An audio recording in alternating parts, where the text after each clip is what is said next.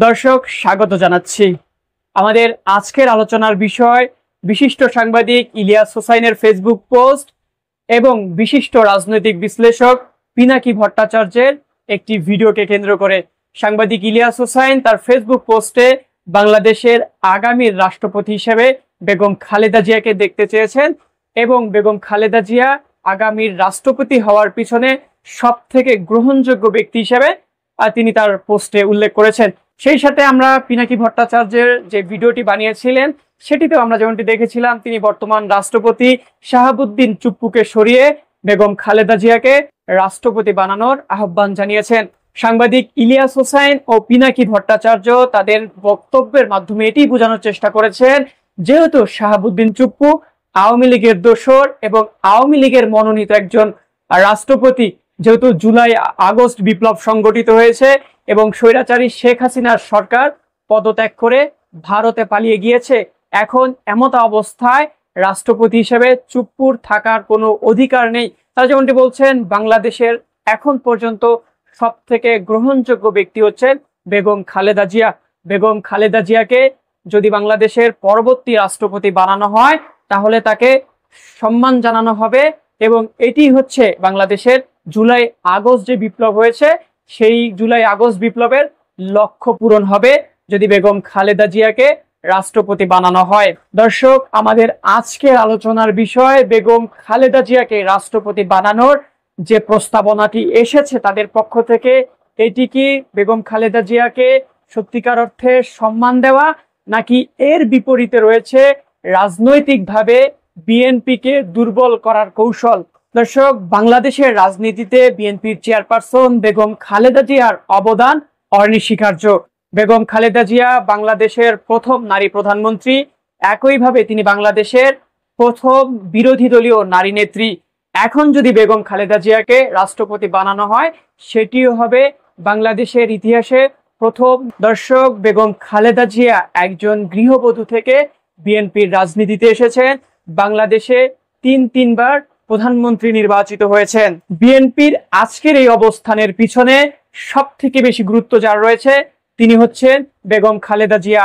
তিনি কখনো নিজের স্বার্থকে দেখেননি, সবসময় দেশের কথা চিন্তা করেছেন, দেশের স্বার্থে নিজের সুখকে বিসর্জন দিয়েছেন, স্বেচ্ছায় কারাবরণ পর্যন্ত করেছেন। ১/১১ সরকার ক্ষমতায় আসার পর বেগম খালেদা জিয়াকে দেশ ত্যাগে বাধ্য করার চেষ্টা করেছিল। এছাড়াও স্বৈরাচার আওয়ামী লীগ সরকার তাদের শাসনামলে অনেকভাবে চাপ প্রয়োগ করে বেগম খালেদা জিয়াকে দেশ ত্যাগ করতে বাধ্য করতে চেয়েছিল, কিন্তু বরাবরই তিনি একটি কথা বলেছেন, তিনি এদেশকে ভালোবাসেন, এদেশকে ছেড়ে কোথাও যাবেন না, যদি মরতে হয় এদেশে বসেই তিনি মরতে চেয়েছিলেন। বিএনপির অবস্থা যখন ভঙ্গুরে অবস্থায় পরিণত হয়েছিল ঠিক সেই মুহূর্তে বিএনপির হাল ধরেছিলেন বেগম খালেদা জিয়া। যতবার বিএনপি সংকটে পড়েছিল ততবারই সেই সংকট থেকে এই বেগম খালেদা জিয়াই বিএনপিকে উত্তরণ করেছিলেন। তিনি সবসময় দেশের স্বার্থের কথা চিন্তা করেছেন। দর্শক, তার বিষয়ে একটি প্রচলিত আলোচনা রয়েছে যেটি দলমত নির্বিশেষে সকল শ্রেণী পেশার মানুষ এই বিষয়টি নিয়ে আলোচনা করেছিলেন। দেশের স্বার্থে তিনি যে র্যাব গঠন করেছিলেন এবং সেই র্যাব দিয়ে তিনি যেমন দেশকে দুর্নীতিমুক্ত করার চেষ্টা করেছিলেন, ঠিক একইভাবে দলের মধ্যে উচ্ছৃঙ্খল যে সকল নেতাকর্মী ছিলেন কিংবা যে সকল নেতাকর্মীর কারণে দলের মনোভাব ক্ষুণ্ণ হচ্ছিলেন, যে সকল নেতাকর্মী দুর্নীতির সঙ্গে জড়িয়ে পড়েছিলেন, তাদের বিরুদ্ধেও কিন্তু শক্ত অবস্থান এই র্যাব দ্বারা তিনি পরিচালিত করেছিলেন। এছাড়াও দর্শক, বেগম খালেদা জিয়া নিঃসন্দেহে দল মতের ঊর্ধ্বে একজন নেতৃত্বে পরিণত হয়েছিলেন। তাকে যদি সত্যিকার অর্থে বাংলাদেশের রাষ্ট্রপতি করা হয়, কোনো দলের মধ্যে এটি নিয়ে কোনো ধরনের সমালোচনা থাকবে না কিংবা কোনো দল এই বিষয়টিতে ভেটো দিবে না। দর্শক, বেগম খালেদা জিয়াকে নিয়ে আলোচনার দীর্ঘায়ু করব না, মূল আলোচনায় আমরা প্রবেশ করতে চাই। দর্শক, হঠাৎ করেই বেগম খালেদা জিয়াকে কেন রাষ্ট্রপতি বানানোর গুঞ্জন উঠছে, এই বিষয়টি বুঝতে হলে আমাদেরকে কিছুটা পিছনে যেতে হবে, বিশেষ করে জুলাই আগস্ট বিপ্লব পরবর্তী সময়ে।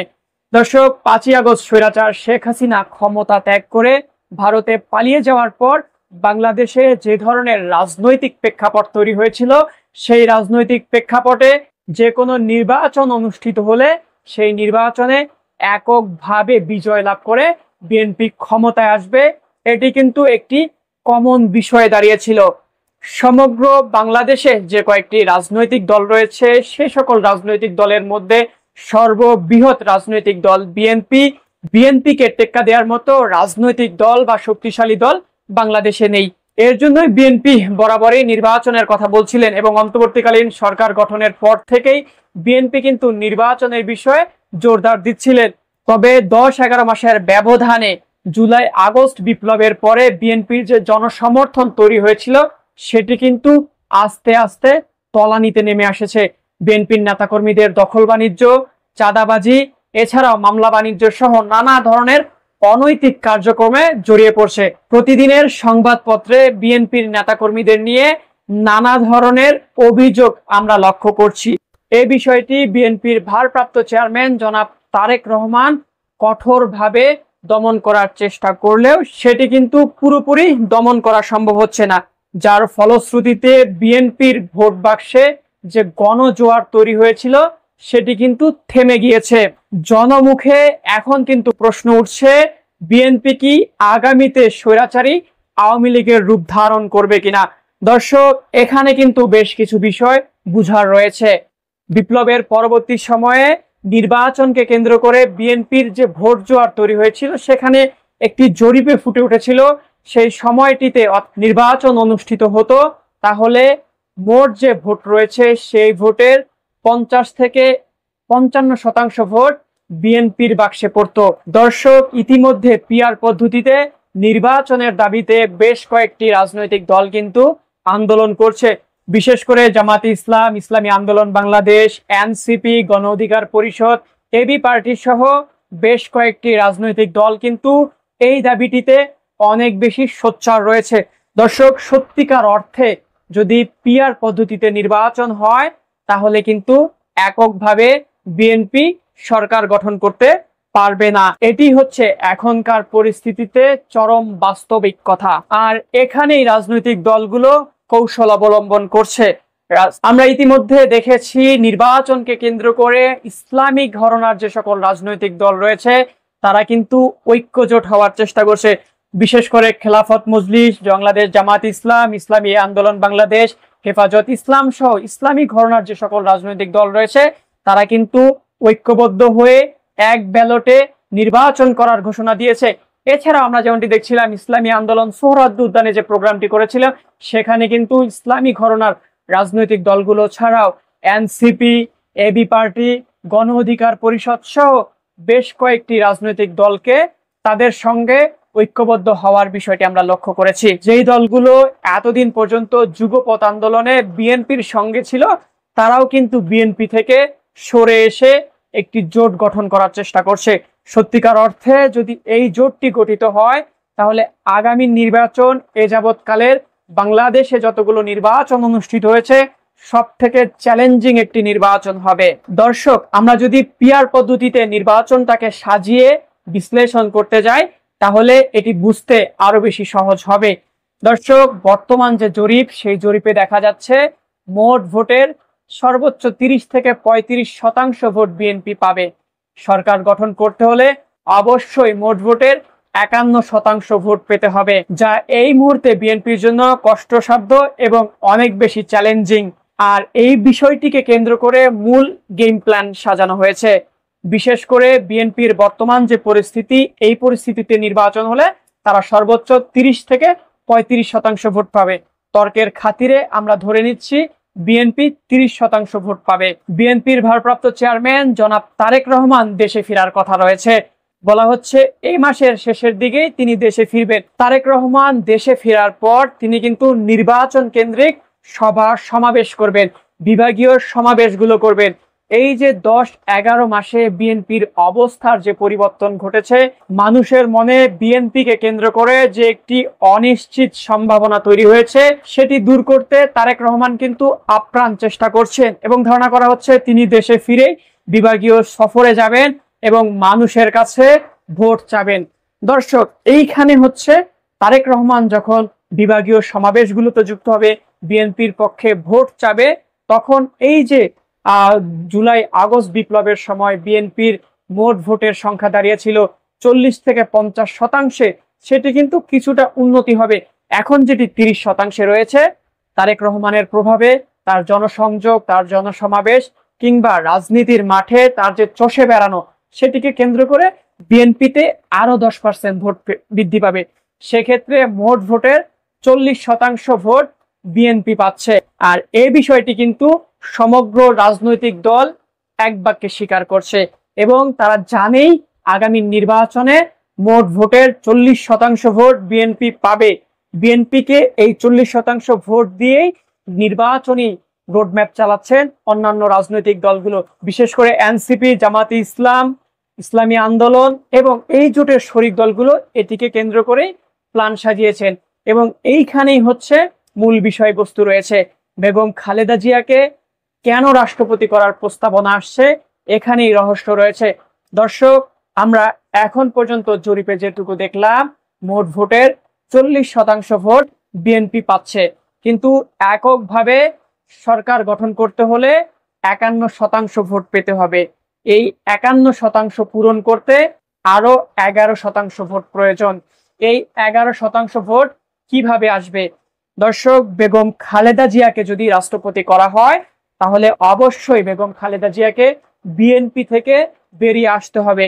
তিনি রাষ্ট্রপতি থাকা অবস্থায় বিএনপির কোনো ধরনের প্রচারণায় অংশগ্রহণ করতে পারবে না কিংবা বিএনপির পক্ষে ভোট চাইতে পারবে না।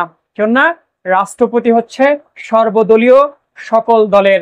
এই সীমাবদ্ধতার জায়গা থেকে নির্বাচনকালীন সময়ে বেগম খালেদা জিয়া বিএনপির পক্ষে কোনো ধরনের ভূমিকা পালন করতে পারবে না। আর এটিকে কেন্দ্র করে মূলত গেম প্ল্যান সাজানো হচ্ছে। বিএনপির থেকে বেগম খালেদা জিয়াকে আলাদা করার মূল কারণ হচ্ছে, এখন পর্যন্ত জরিপে দেখা যাচ্ছে 40% ভোট বিএনপি পাচ্ছে, কিন্তু সরকার গঠন করতে হলে 51% ভোট পেতে হবে কিংবা 151টি আসন বিএনপিকে পেতে হবে। আমরা যদি পিআর পদ্ধতিতে বাদ দেই, তাহলে মোট নির্বাচনী যে আসন রয়েছে 300 আসনের মধ্যে বিএনপি পাচ্ছে 130 কিংবা 135টি আসন। আরো 16টি আসন বিএনপির প্রয়োজন। এই ক্ষেত্রে সব থেকে গুরুত্বপূর্ণ ভূমিকা পালন করতে পারে বেগম খালেদা জিয়া। বিএনপি অবশ্যই চাইবে তাদের যে বিভাগীয় রাজনৈতিক সমাবেশগুলো হবে, সেই সমাবেশগুলোতে বেগম খালেদা জিয়ার উপস্থিতি নিশ্চিত করা।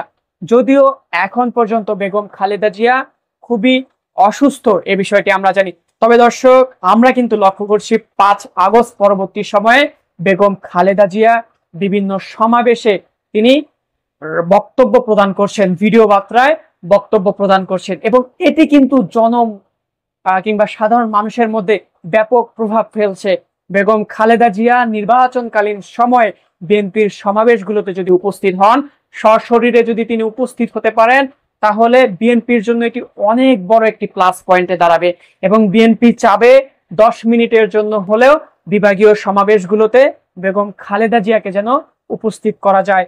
এছাড়াও তিনি যদি সশরীরে উপস্থিত হতে না পারে, তাকে কেন্দ্র করে বিএনপির কিন্তু ব্যাপক প্রচারণা চলবে।